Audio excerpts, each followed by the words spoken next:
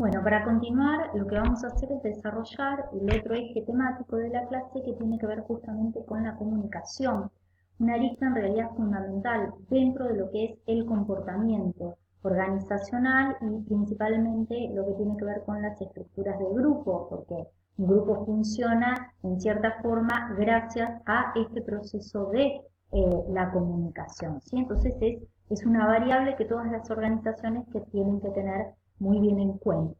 Si uno tiene que definir lo que es comunicación, yo tomé la decisión de utilizar a Chavenato, uno de los autores que ustedes tienen de lectura obligatoria, donde básicamente él dice que la comunicación es la transmisión de información y de significado mediante símbolos comunes de una persona a otra, ¿sí? Es decir, todo proceso de comunicación implica la transmisión, la transferencia de qué? Una información, un mensaje, ¿sí? Siempre esa comunicación es necesario que existan mínimamente dos personas, ¿sí? Una persona que se transforma en el emisor de ese mensaje y otra persona que se transforma justamente en el receptor o en el destinatario de ese mensaje. Y es importante para que la comunicación suceda que se utilice, ¿sí?, un conjunto de símbolos comunes, como dice esta definición. Es decir, yo que quiero transmitir tengo que utilizar, ya sea con lenguaje verbal, no verbal, escrito, tecnológico, o sea, el que utilice un mismo conjunto de significados o de símbolos para que la otra parte pueda comprender aquello que específicamente yo estoy tratando de comunicar. Bien, ¿cuáles son las funciones básicas, ¿sí?, de la comunicación? Es decir, ¿qué función cumple la comunicación? ¿Para qué se comunica dentro de una organización? Bueno, las funciones las podemos distinguir o dividir entre cuatro grandes funciones. Por una parte, la función de control, ¿sí? El control, como dice ahí, a través de la comunicación es una forma que yo tengo para efectuar un seguimiento o el control del comportamiento del personal, de los empleados, ¿sí? Esta función de control está asociada a las jerarquías, los lineamientos formales, la estructura, el organigrama que tiene justamente una organización, y esta función de control está asociada puntualmente a la indicación de qué hacer, cómo hacerlo, cuándo, dónde, quién, etcétera, ¿sí? Y de efectuar un seguimiento de que el empleado cumpla, ¿sí?, con dichas funciones o con dichas tareas que le han sido asignadas. Por otra parte, podemos destacar la función de la motivación, es decir, ya hablamos mucho de motivación, motivación que es fundamental para el funcionamiento eficaz de los equipos de trabajo, pero motivación que en la mayoría de los casos, y más allá de la entrega de premios y recompensas, la principal vía para poder motivar, para poder estimular e incentivar al personal tiene que ver justamente con la comunicación, es decir, es necesario que desde la administración o la gerencia, la alta dirección de la empresa, se motive, se reconozca, se incentive a través de qué, de la comunicación, ¿sí? Es decir, se le haga conocer al personal justamente la satisfacción por los resultados, por su trabajo, por los logros obtenidos y demás.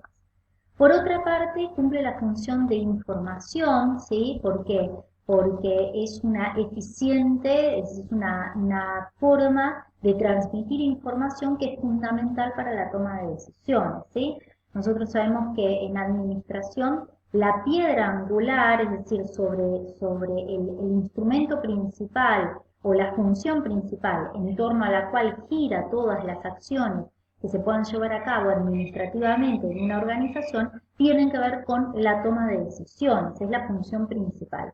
Y para tomar correctamente decisiones, yo necesito contar con buena información. Cuanto más eficiente, más simple, más certera, más exacta y mayor es la cantidad de información que yo tengo a disposición, más fácil va a ser el proceso de toma de decisiones. Entonces, la comunicación lo que permite es esa transferencia de información que facilite este proceso en la toma de decisiones. Y luego cumple la función de expresión emocional porque es un medio de expresión emocional de sentimientos, ya sea tanto de satisfacción como de insatisfacción, ¿sí? Es decir, de qué manera el empleado, el personal, el grupo, el equipo de trabajo de una organización da a conocer, ¿sí?, los buenos resultados o los malos resultados, los problemas que se presentan, los conflictos que se generan, las dificultades, ¿sí?, o las metas y los logros alcanzados, exclusivamente a través de la comunicación, ¿sí? Entonces, yo comunico para motivar, comunico para controlar, para informar y también para expresarme. Es importante que se reconozca que se debe buscar justamente un equilibrio entre estas cuatro funciones, ¿sí? Es decir, no sirve utilizar la comunicación como mera actividad de control o como mero medio, digamos, para controlar, para dar órdenes, ¿sí?, autoritariamente al personal, sino que se debe sacar provecho y hacer un uso equilibrado de la comunicación en base y en relación a estas cuatro diferentes funciones. Es la única manera de que la comunicación sea definitivamente eficiente o eficaz. Bien, en cuanto a los tipos de comunicación que existen o lo que ustedes van a ver en la bibliografía como redes, ¿sí?, podemos reconocer que dentro de una organización la comunicación va por dos redes o por dos vías, ¿sí? Una es la comunicación formal, ¿sí?, aquella comunicación que se da a través de los caminos oficiales determinados, usualmente por la jerarquía, por la estructura, por el organigrama, podríamos decir, estructural de la organización, ¿sí?, ya sea que vaya desde los altos cargos hacia abajo o en forma contraria, en sentido contrario. Y conjuntamente con esta comunicación formal, como puede llegar a ser, como ejemplo, una circular que yo recibo del colegio en el cual trabajo, comunicándome, por ejemplo, una reunión plenaria a desarrollarse el lunes próximo, ¿sí?, se da justamente por la vía formal. Y luego tenemos la comunicación informal o la red informal que coexiste conjuntamente con la formal y es justamente aquella comunicación, se puede decir extraoficial, ¿sí?, es decir, que se da fuera de las vías oficiales o de este tendido de red oficial de la estructura jerárquica de la empresa y que usualmente surge con absoluta espontaneidad dentro de la organización y coexiste con las redes formales. Dentro de, o un ejemplo de comunicación informal puede ser una charla que entablen los profesores en la sala de docentes.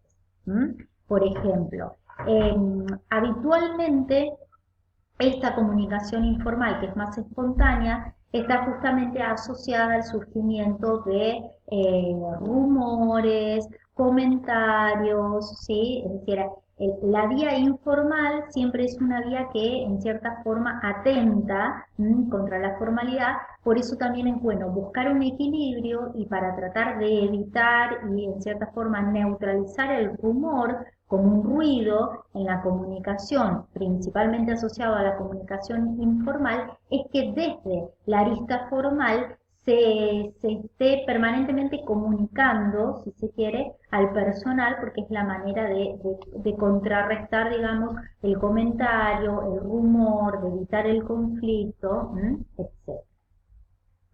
Bien, ¿qué otra cosa tenemos que comprender asociado a la comunicación? Los niveles de comunicación, ¿sí? Es decir, tenemos formas, tenemos redes y tenemos niveles. ¿Cuáles son estos niveles? Tengo un nivel personal por una parte o un nivel grupal, ¿sí? Dentro del nivel personal es la comunicación que se da entre dos o más personas en forma directa, ¿sí? Es decir, de manera individual. ¿Qué quiere decir? Es la comunicación típica que se da de boca en boca, es la transmisión directa.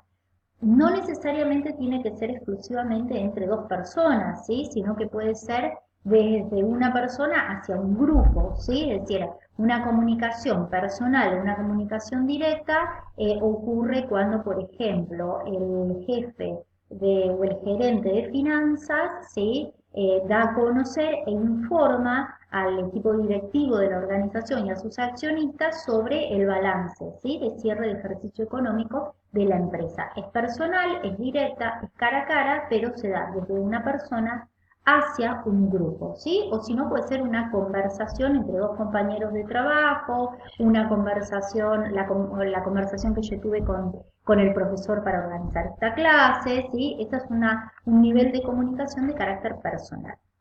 Y luego, el otro nivel de comunicación tiene que ver con el carácter grupal.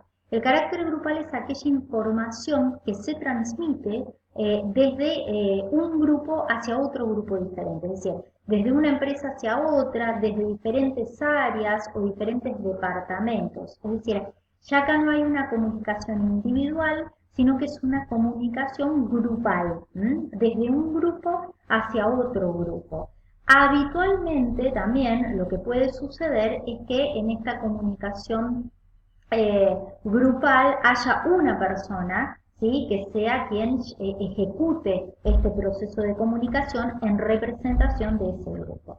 Un ejemplo de comunicación grupal es la resolución que, por ejemplo, recibió el colegio sobre la capacitación que los docentes teníamos que hacer en torno a prepararnos frente a la supuesta, al protocolo, frente a esta pandemia, en el supuesto caso de la vuelta o al retorno de la presencialidad de las clases, ¿sí? Es una comunicación desde el Ministerio de Educación hacia justamente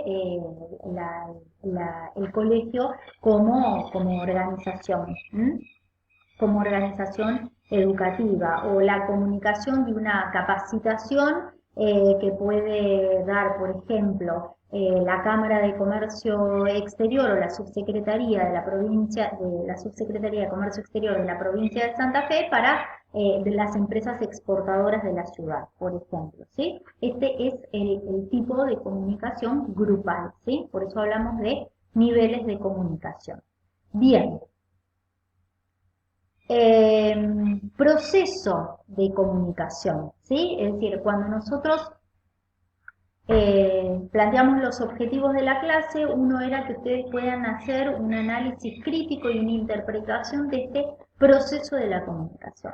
El proceso de la comunicación básicamente es el camino, ¿sí?, que sigue o todos aquellos elementos que componen y que hacen a que definitivamente se pueda llevar a cabo la comunicación, ¿sí? ¿Dónde arranca este camino? Arranca en el emisor, también concebido según los diferentes autores como por ejemplo fuente. La fuente o el emisor es justamente aquella persona o grupo de personas, ¿sí?, no necesariamente tiene que ser un individuo, que toma la decisión de comunicar algo, de transmitir algo, ¿sí? Es el generador y aquella persona que le da inicio justamente a este proceso de comunicación. Luego, como segundo paso, en este proceso aparece justamente el mensaje. ¿Qué es el mensaje? El mensaje es la idea, es el pensamiento, es aquello que justamente yo quiero transmitir, es lo que quiero dar a conocer, lo que quiero comunicar a la otra contraparte. Para que ese mensaje definitivamente llegue a la otra parte, en el tercer paso aparece el proceso de codificación, ¿sí? ¿Qué es la codificación? Es el poder expresar a través de símbolos comunes, ¿sí?, el transformar con símbolos comunes aquella idea o aquel pensamiento, ¿sí?, que compone justamente el mensaje. En eso consiste en codificarlo. El proceso de codificación, el proceso de codificación yo le debo prestar especial atención porque depende cómo codifique ese mensaje el que definitivamente se pueda llevar a cabo la comunicación y exista la retroalimentación, que es el moño, digamos, ¿sí?, el elemento que cierra todo este proceso de comunicación, ¿sí? Bueno, ahí retomamos nuevamente.